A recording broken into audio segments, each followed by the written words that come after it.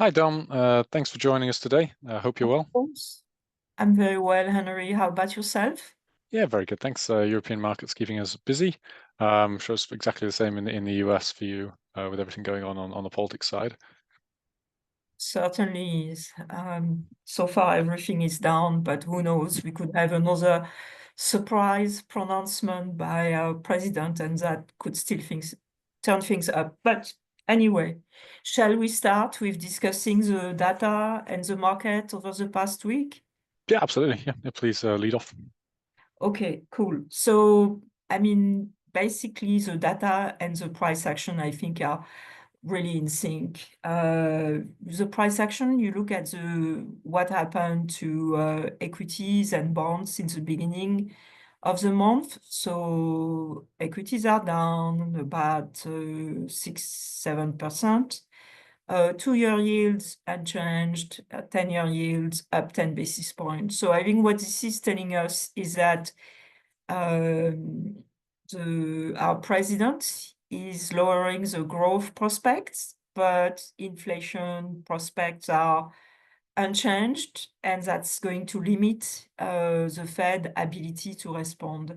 And so if you look at the data, it's the same story. We got the CPI and the PCE estimate with the PPI and CPI, and they show inflation stuck. So for core PCE, about 3/4 of a percentage point above the target. So no change there, in my view. Upside risk from tariff, because that's also what the beige book told us. And also what we got from the consumer confidence survey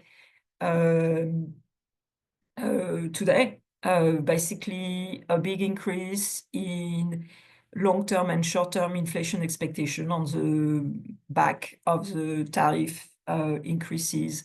At the same time, we had a big shortfall in confidence. Interestingly, the shortfall was more with expectation of the outlook than current conditions, which goes with my view that the administration is doing a lot of damage to the outlook, but the damage is not yet irreversible. If we get another truth post from President Trump saying that, he's claiming victory and saying that he expects tariff policy to be more measured going forward, I think we could still have a big rebound, not just in equity market, but a stabilization of business and consumer confidence, and the economy could remain on the strong above trend path Yeah, that it has been. I know you've written about this in your pieces, but what kind of time frame do you think does the US have before this starts being actually damaging in terms of the sentiment effect? Is it a matter of weeks or is it months or? Oh, more weeks. Also, the risk is right now what we have is a good deal of a surge in uncertainty. You look at the policy uncertainty indices, they are through the roof. And interestingly, not just on trade policy, but on taxes as well. And we had a contraction in consumption, real consumption, due to an increase in the savings rate that's directly linked, in my view, to the loss of consumer confidence. Household real income was still strong. The NFP was okay-ish. The unemployment rate remained at a historical low. So we don't yet have a sort of a negative feedback loop between demand and production, where consumers are so worried that they retrench more, so businesses hire less and invest less, which means less income for consumers and more consumer retrenchment. We are not there yet, but we could get there. The other risk, of course, is that, basically the uncertainty ends, but not for good reason, not because suddenly the administration tries to restore private sector confidence, but simply because there is no uncertainty. They really are about lowering growth. I don't think it will get down to a recession, but lowering it a good deal and inflicting pain. So that's why, I haven't changed my call. I still see a chance on the Fed of no cut, which was based on growth remaining strong. But if we get policy pronouncements that basically do not leave room for a change. And one thing I want to mention, a little piece of evidence in this puzzle that investors should keep in mind, a letter sent from Tesla, so not from Elon Musk, but from Tesla, anonymously to the trade representative, to the USTR, and complaining about the impact of tariff policies on Tesla's sales prospect. So I don't think the letter would have been sent without checking with Musk first.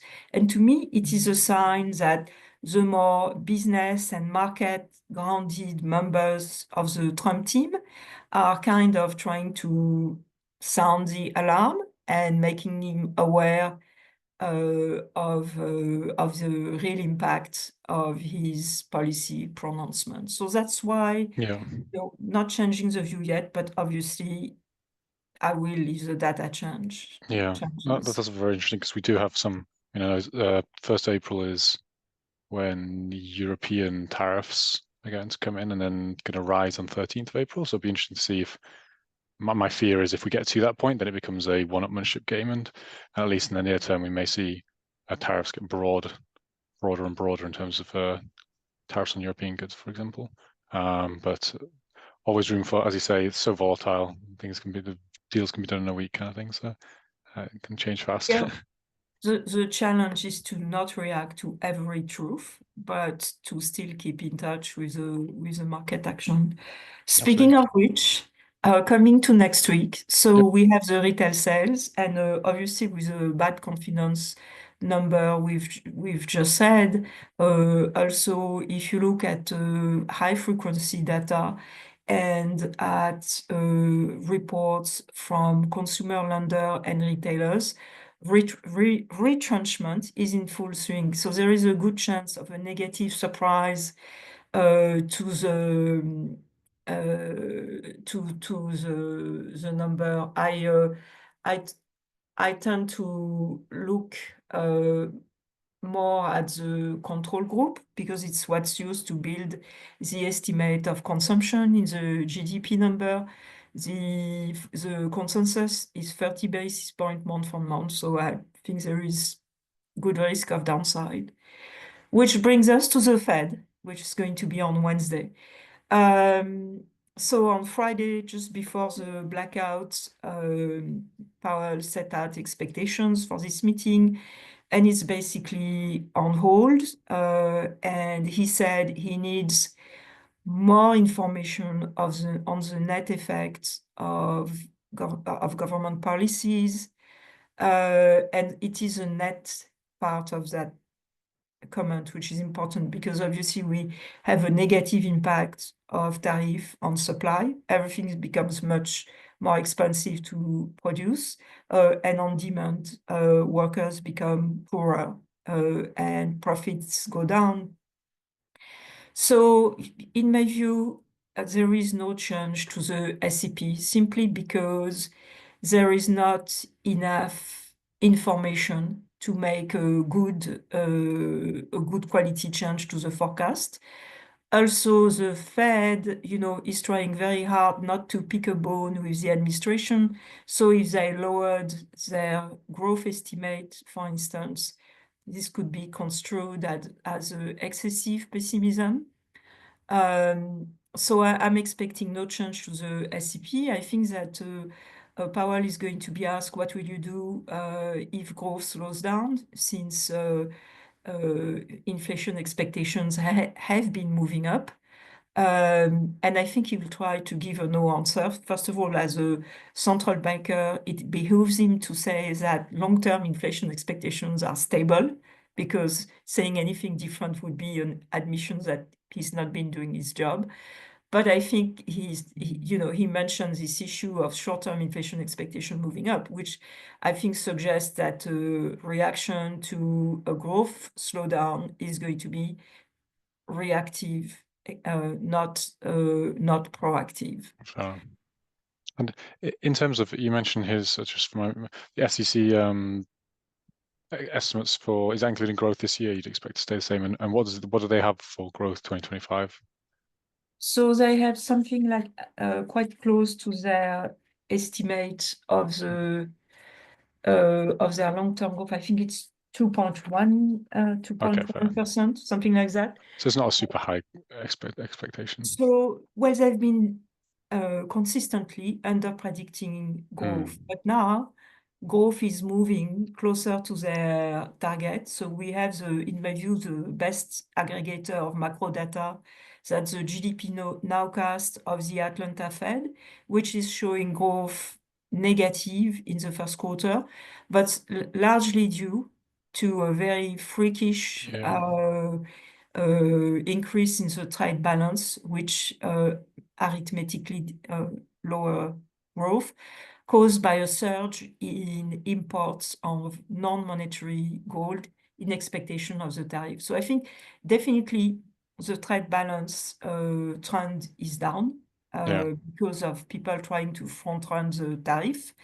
But not to the same extent as what we saw in January. So I think in terms of whether Q on Q, we get negative growth in Q1. It's not clear yet, but even if we do, it won't mean a recession. I don't think we will have the NBER call for a recession, simply because historically for recession to happen, you need either tight fiscal policy and monetary policy, as that's not likely, not anytime soon, or you need a balance sheet, private sector balance sheet shock.